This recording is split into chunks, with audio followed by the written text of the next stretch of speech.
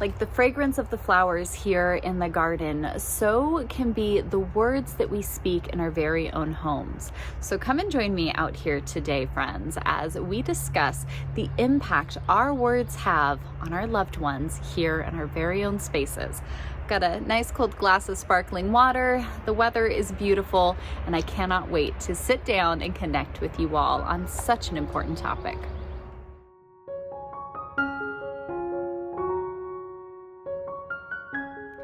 Hey there, friends. I'm Heidi, the Heavenly Minded Homemaker, and I love sharing with you all here in this space about so many topics, and especially as we're going through here with our free summer study, Biblical Womanhood, and really digging into these areas of our lives as we strive to live for the Lord each and every day, and then talking here throughout the week about just the practical implication of how we live this out, how we walk this out in real situations. And I think an area here that we really need to sit down and discuss is, what tone are we setting? Are we truly using our words to speak life into our own homes, our own marriages, our own children? Oftentimes, I think, if we're all being honest, some of the most unkind words that come out of our mouth go to those closest to us. Right? Those in our own homes, our own, our closest friendships, and our marriages with our own children.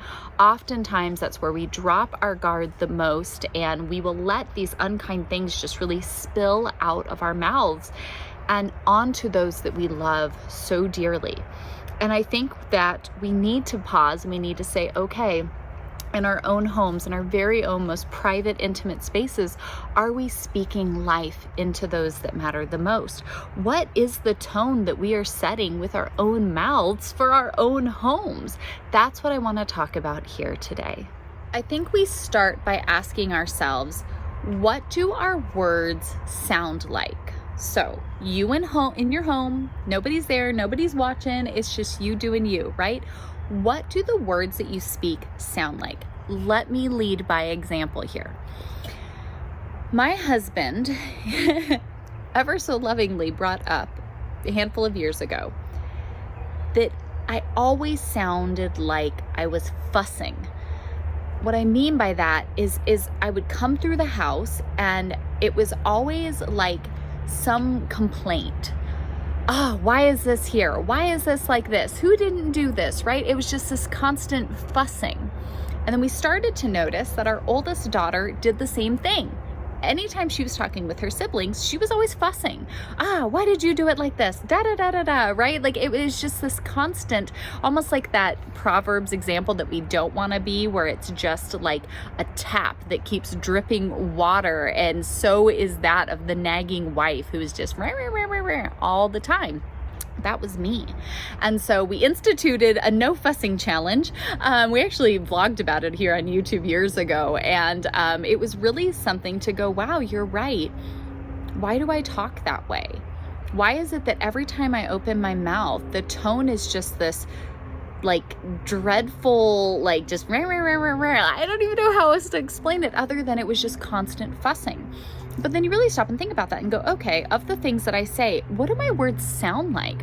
Do they sound uplifting and encouraging, pleasant? You know what I mean? Like, are those the words that we would use to describe how my words sound? Or am I usually just fussing?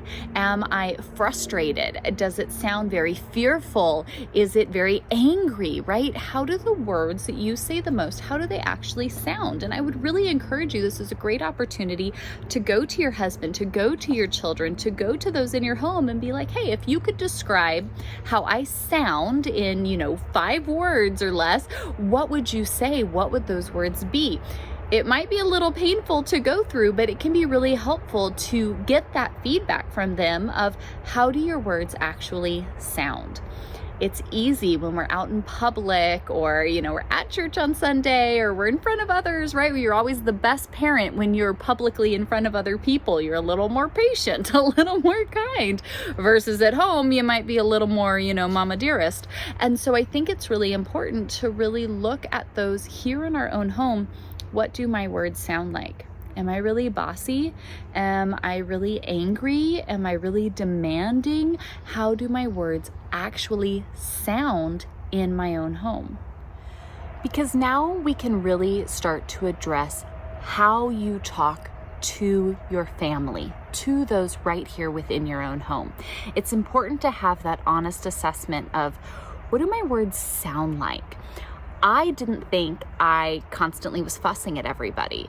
I thought that there were just things that needed to be done and they clearly didn't notice, and so I was helping by pointing them out. I really thought I was helping. My husband and the kids then chimed in along with him that no, when they sound that way all the time, it really doesn't feel like you're helping. So it's important to have an honest assessment there.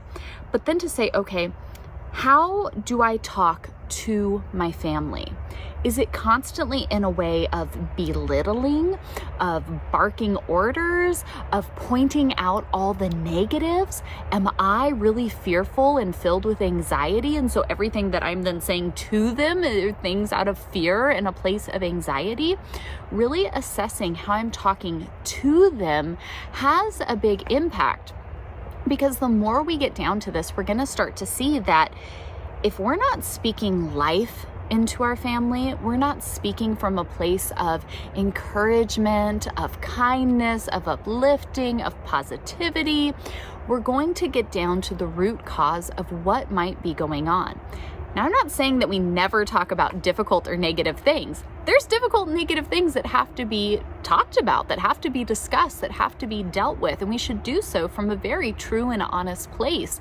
But I think that oftentimes our words that so fill our home and our marriages and our children can really be ones that are very negative and very down, and we don't even realize it. And then we wonder why everything is so kind of stressful and ho-hum, and I'm not having the great conversations with my kids that I wish I was having, and my husband and I just keep kind of butting heads and going in circles, and I just don't get why that's happening that way. I get it.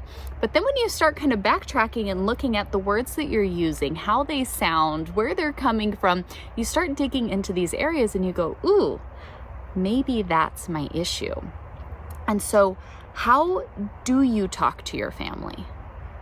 Is it usually because you're frustrated, you're overwhelmed? Is it because there's things they're not doing right? What are the things that you're saying to them the most? Are you a safe space of open communication for your kids to come to you? Or are you that person that kind of always has to have the last word and say your 2 cents because obviously that's what everybody needs to hear? Your husband, right? Can he come to you and tell you about a hard day that he's had, something he's struggling with? Or do you automatically turn it around and go, you think you had a hard day? You don't even know what I was dealing with today. Once we start to really have an honest look, really hold that mirror up and go, wow, where am I here on this spectrum? You might be amazed at how enlightening it can be. And I say, do this with an honest, open heart. Go to the Lord in prayer and say, Lord, show me. How am I talking to my family, right? How do I actually sound? Sometimes we don't realize it. And it's not that we're intentionally doing these things, but it can be very, very insightful to kind of have your eyes open about these topics so that you can address them and move forward in a way that is going to really just serve everybody better and show your true heart and true intentions to those closest to you. Yes, the words we say to our family members are so incredibly important, but so are the things we say about them. How do you talk about those in your home? About your husband, about your children, about just your inner circle and family and all of that all together. This is really important because so often, again, I don't think we even realize it necessarily, but the things we say about our husband in front of our children, that has a huge impact. Your dad, he's just so sloppy. He's such a mess. He doesn't know how to do anything for himself. You kids, you're just always getting in the way. You can't seem to do anything, right? It goes on and on and on. These words that we speak about those that we love the most. And even if there's validity to some of the points, doesn't mean those are wise things to be saying, and especially in front of our others, ears. My children shouldn't hear me belittling their dad, right? Belittling my husband. Nobody should. I shouldn't be doing that in the first place, but my children certainly shouldn't be hearing it. I shouldn't be droning on in such a negative light about those I love the most in front of those that I love the most. Even to your friends, right? The moment you go to hang out with your girlfriends or catch up for coffee or whatever, is the first words out of your mouth, ugh, I know my husband, he's driving me crazy. I just had to get out of here. You know, the way that we speak about children and just the wonderful honor and calling of motherhood to, you know, friends and family is such a negative experience for so many. And so I think it would be really, really important for us here, if we want to be using our words to uplift and encourage others to speak life into them, we really need to look at how we're speaking about our loved ones to them, right? And in front of them and around others as well. And so how do our words sound? What are the things we're saying to those that are right here closest to us? And how are we speaking about them in front of them and to others? That's really, really important, in an area that honestly, ask the Lord to convict you if you need conviction, right? Have Him really, Lord, press upon me. If I start to open my mouth in a way that I should not be, Lord, make it feel like a heaping burning coal just got thrown on my tongue, right? Like, I don't want to be speaking that way. And if that's an area that you need to make correction and adjustment, we want that to be pointed out. We want to work in those areas because our words are so impactful. Going along that same kind of line of thought would be, how do you speak about the things just happening in your home? If you are constantly complaining about the chores, the messes, the things you have to do, whatever it might be, you're going to start to notice that every time you ask your kids to clean up after themselves, to do their chores, to pick up their room, to finish up their schoolwork, whatever it might be, what are they going to do? Well, they're going to complain. Children are such a blessing in so many ways, but the way that they reflect back what we're dishing out to them is something that's really an invaluable tool. So often when you see parents complain about the behaviors that they're seeing in their children, right? They're always bickering. They're always arguing over this. They never want to help out. You know, they're always just sitting there playing on their devices or doing this or doing that, right? Like so many of these little complaints we have about kids, and it's like, where did they learn that? How are they allowed to do that? Where are they getting this from, right? Like it all comes from somewhere. Sure, it might show itself in its own way, but it's still coming from somewhere. And so I think it's really important when we look at these things, we go, how do I go about the things that I just go about in my day-to-day life? Do I do it with kindness? Do I do it with forgiveness? Am I encouraging in it? Do I see the blessing of tending a home, right? We've all seen those cute little things online where it goes, thank you, Lord, for dirty laundry, because it means that kids were healthy and happy and playing. Thank you, Lord, for dirty dishes, because it means we had food to eat. Those are great sentiments, but they're true, right? They're not just cutesy little things. There is truth in that. And so I think it is so important when we look at the words we're speaking in our own homes.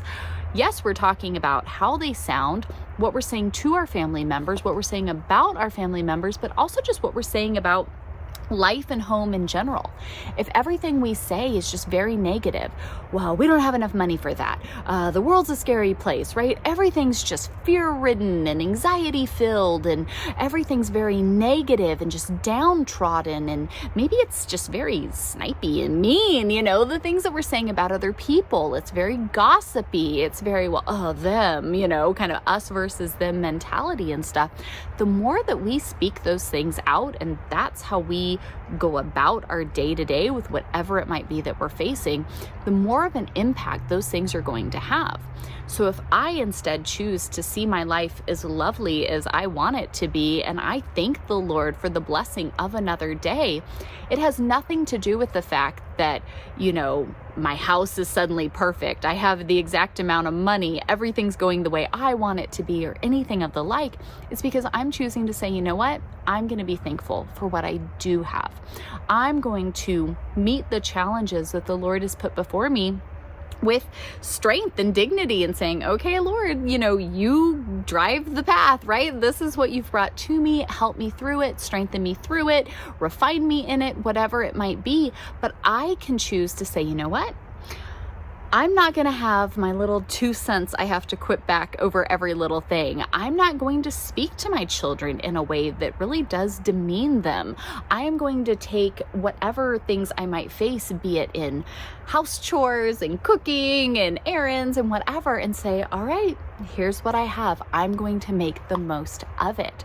The way you talk when you're in traffic, right? When your patience has been tested, when things aren't going necessarily the way you want them to be going, how are you talking about that? How are you responding? Because that really does speak volumes into your family and your home.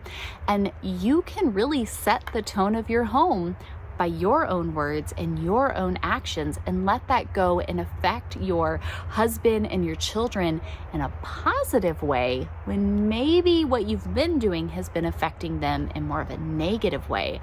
You have the power to say, Lord, strengthen me and help me turn this around. So friends, I truly do hope that these few areas here can really be a space and an opportunity today to hold that mirror up, to ask ourselves these questions, to assess ourselves in these areas, and to really look at the words we're speaking, how we're speaking them, what we're saying, what we're talking about, and how that's affecting those closest to us. This topic is so important. And again, if you want to dig in deeper here, be sure to join us over in Biblical Womanhood. You can sign up for the study at any point in time. Everything is linked down below as we dig in deeper to God's Word, looking at this area, what we're saying, what we're talking about, everything from cursing and gossip to things like this of truly speaking life into our loved ones. Our words have power, and it's really important that we take that seriously and show it the respect that it truly does deserve. The Bible has a lot to say about the words that come out of our mouth, and we want to be sure that we are taking it seriously and applying these biblical truths to our lives and to our words. So I hope that this can truly be a help here for you today, and that our words, right, as fragrant as these roses out here, can be the words spoken to our family members, setting the tone here in our very own homes. I've got a lot of other content kind of along these lines, and so I'll be sure to leave you guys a playlist if you want to see a little bit more. Otherwise, I'll see you right back here in the next video. Bye, friends.